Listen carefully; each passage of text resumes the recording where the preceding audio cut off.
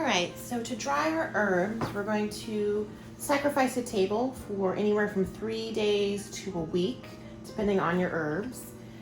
And we're going to start with my oregano.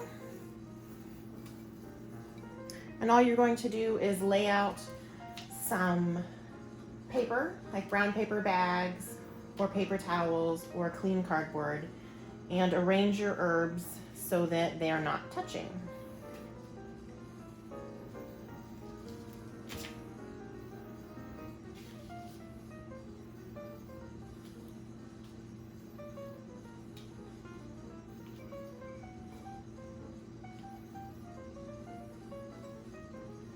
So that they're not touching or overlapping as much as possible, because that way they dry faster.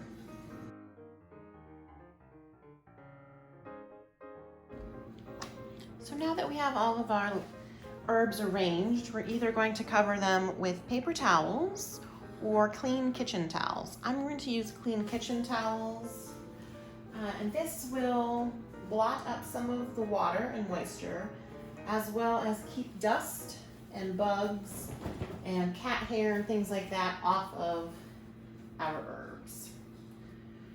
And if this is your prized towel, don't use it because it can get stained. Usually everything washes out, but if your towel is pure white or something, it might leave some spots on it.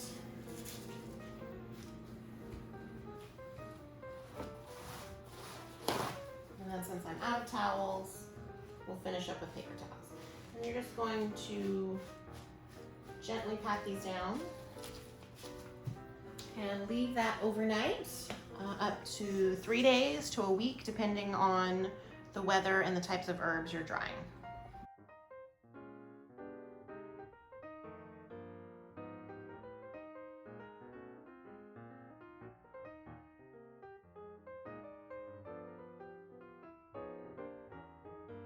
Here is my oregano that has been drying for about 5 days, and you can see it has gone kind of a silvery gray color and shriveled up, and the leaves are much smaller. When you check them, you want to make sure that they don't feel wet or flexible. They want to feel kind of crispy and dry. You can put these just as they are into a jar, or if you have a whole lot of this and you need more space, you can crush these up. Somebody came to help